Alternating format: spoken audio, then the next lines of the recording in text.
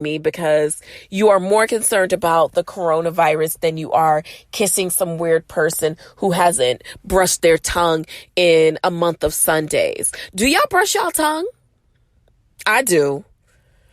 And if I have a cold, I change my toothbrush. I'm wondering if any of you guys kind of take stock into things like how often should you change like personal needs things. So if you are unaware, you should be changing your pillows and your mattresses, or at least mattress covers, every 2 to 3 years. You should be changing out towels, meaning like throwing them out and getting new ones every 1 to 2 years. Yeah, that's what they say. Ladies, gentlemen who use makeup, you should be replacing your brushes every year. You should be replacing your lipstick once a year. You should be changing your mascara every 6 to 9 months. You should be changing your foundation once a year. You should be changing your hairbrush every 3 to 4 years. Oh yes, this is facts, y'all. You should be changing your underwear.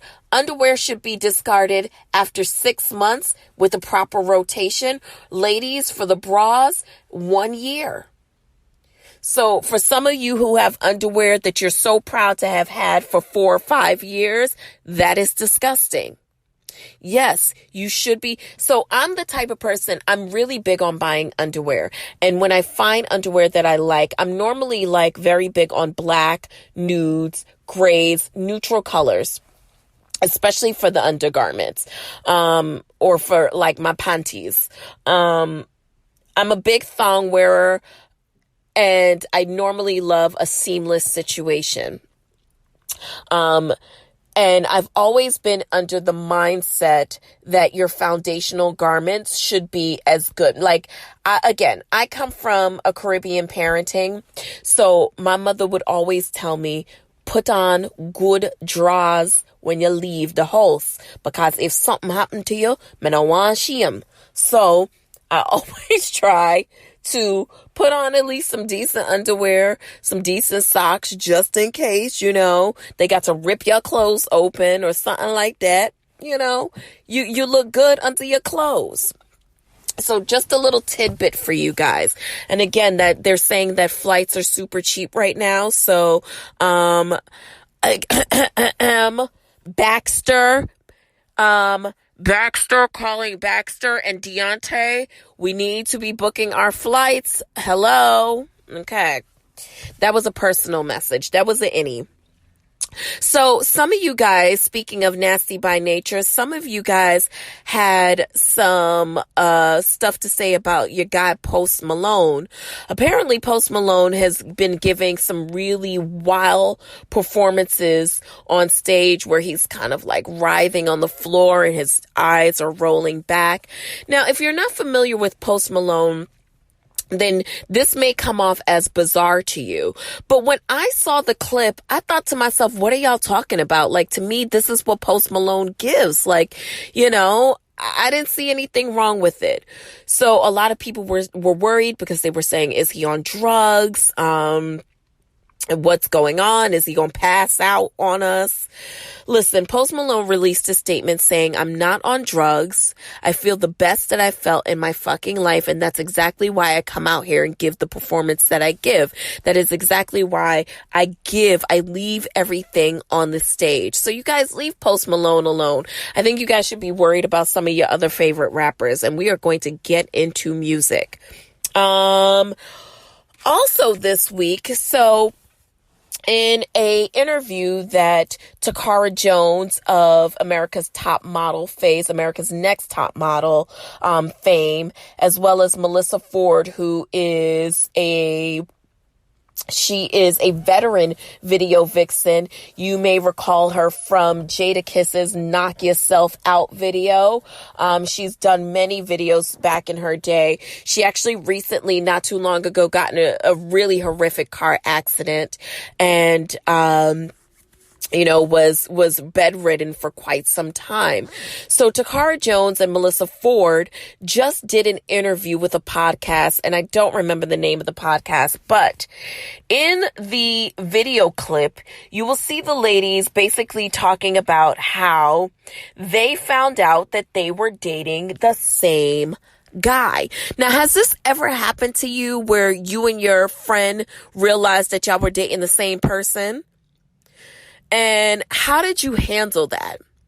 Well, in a conversation that the ladies were having, because they actually happened to be friends, Takara came over, and she came over to Melissa's house with a little food basket, and she was kind of telling her like, hey, I'm dating this guy, only to discover that they were both dating the same guy. Wait till I tell you who it is.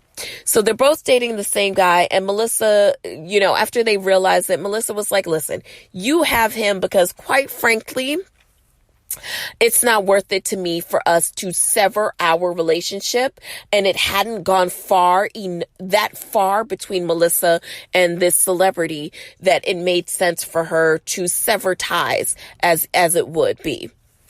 Well, it turns out that this person that they were dating happens to be none other than Aubrey Graham. Yes, that's right, Drake. So apparently Takara and Melissa were both dating Drake at the same time. Now, I cannot say, I'm trying to think, is there ever been a time where I have dated someone that a friend of mine has dated at the same time? I can't say that I have. Oh, wait a minute. Okay. So and you know what? I think it's a little different when it's somebody that you just know and you and them are kind of kicking it with the same person versus an actual friend. Now, I can't say that I had a friend per se that me and her dated the same guy, but I did have someone that I knew. So me and this young lady, we go whatever to the same church. And I wouldn't even call what I was doing with this guy dating. I think we were just kind of getting to know each other, messing around. Right? It turns out that he is actually now the pastor of my church, but I don't want to be scandalous. But I mean, whatever, it's my business. I don't care. So it just so happens that myself and this girl were kind of talking to him at the same time. And I was probably not even 25 yet. He was in his early 20s. She was in her early 20s. I think I might have been around 25 because I'm a little bit older than them by 2 or 3 years. And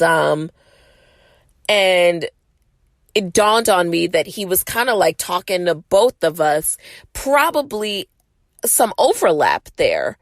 And I recall the girl saying to me once, she's actually married to him now, but I recall her saying to me, what is for me is for me. And I thought to myself at that time, bitch, who the fuck is you talking to? But she was 100% right. They were obviously meant to be together, and it wasn't for me. You know what I mean? So to me, that happens a lot maybe when you're younger or when you are, I guess that's more of a Hollywood thing, or if you date in a smaller, more defined group. So I would say that probably a lot of my my homosexual, some of my alphabet gang homies probably have had some overlap in people that they've dated. And I think it would be I would love to know, how did you guys get past that? How do you get past hey, you and I are potentially dating the same person? I would think that was weird. Who do you, I think there's always one person who's you know what? I'm not really that into the person, but do you stay for the sport of it? Yeah, I know you're dating him, or yeah, I know you're dating her, but now that I know, I'm interested in knowing who this person wants more, me or you. So we're both going to stay around and be stupid. I think it takes a real high level of maturity to say, you know what? I'd rather have the friendship than to have this person. And my ego doesn't need to know that you would choose me. Because I think that that's oftentimes why people end up staying around. It's just so they can have that knowledge of knowing I was the chosen one and you were not. If you're not in that place and it doesn't matter, I think you can get past it. In other news, many of you will be happy to know that Nelly is thinking about bringing back apple bottoms. Now, here's a serious fucking question, because this is how I'm going to know whether or not you and I are really friends or if this is just some surface shit. Now, you have to choose one. Are you an apple bottom girl? Are you a rockaware bitch? Are you a baby fat hoe? Or just to throw in this for a little loop, I don't know if you remember, but remember when Jennifer Lopez had her line, sweet face? Are you a sweet face mommy? So that's what I want to know. If you had the choice between those 4 brands, Sweet Face, Baby Fat, Rockaware, or Apple Bottoms, and there was a gun to your head and someone said, you have to wear this outfit right now, top to bottom, which brand would you choose? This is hard for me. I think that if I had to choose between the 4, just based on swag, and you can't think of like what they would do now. You have to think about what they used to do. I would probably, and y'all are going to hate me for this, but I think I would choose Jennifer Lopez's Sweet Face. Oh my God. I know a lot of you would probably be like, no, I'm Rockaware. But to me, when I was coming up, the bitches who wore Rockaware also wore like, those Payless, the Payless flats with the socks, and they wore their Rockaware, like flare leg jeans, not flare, but a boot cut Rockaware. And then the Rockaware, what sticks out in my mind is the Rockaware fur hoodie coat with like the disgusting one. The apple bottoms, the only thing that really resonated with me for apple bottom was like the jeans. Nothing else like really made sense to me, to be honest about that. Now, Baby Fat had some hits. Baby Fat definitely had some hits, but I don't find myself to be, what is spoiling me off Baby Fat is the fact that listen, all right. I love Kimora Lee Simmons. I love Ming. I fucking adore Aoki. Okay.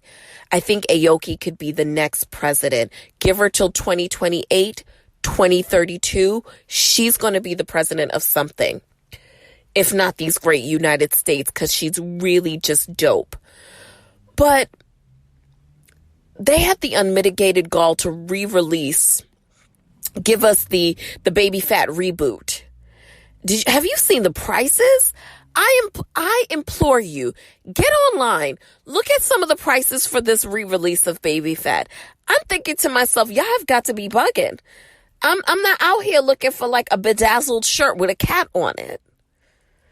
Like when they said that they was going to give us a reboot, I thought they were going to give us a modern day reboot. I didn't think that they were going to like give us like the cat with the bedazzled, with the bedazzled on it. I didn't think that that's what was coming, but that's where we're at.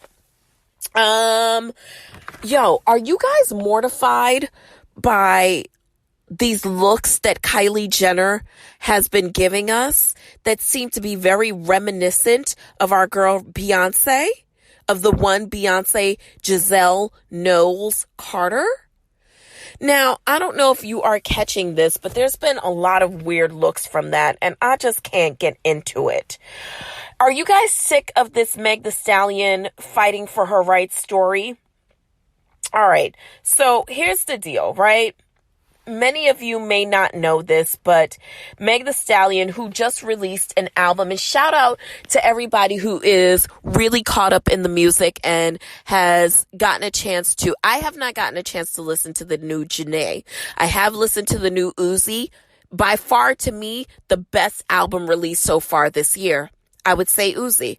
And I don't feel in any way, shape, or form ashamed to say that. I think Uzi has got himself a well-rounded album. I just thought it was just, yes, Uzi, shout out to you. I did listen to Sugar, Sugar Meg the Stallion's new album, I didn't love it. I'm not going to lie to you. I didn't love it. I think there was like 1 or 2 tracks that I was like, eh. Now, first of all, the album is less than 30 minutes.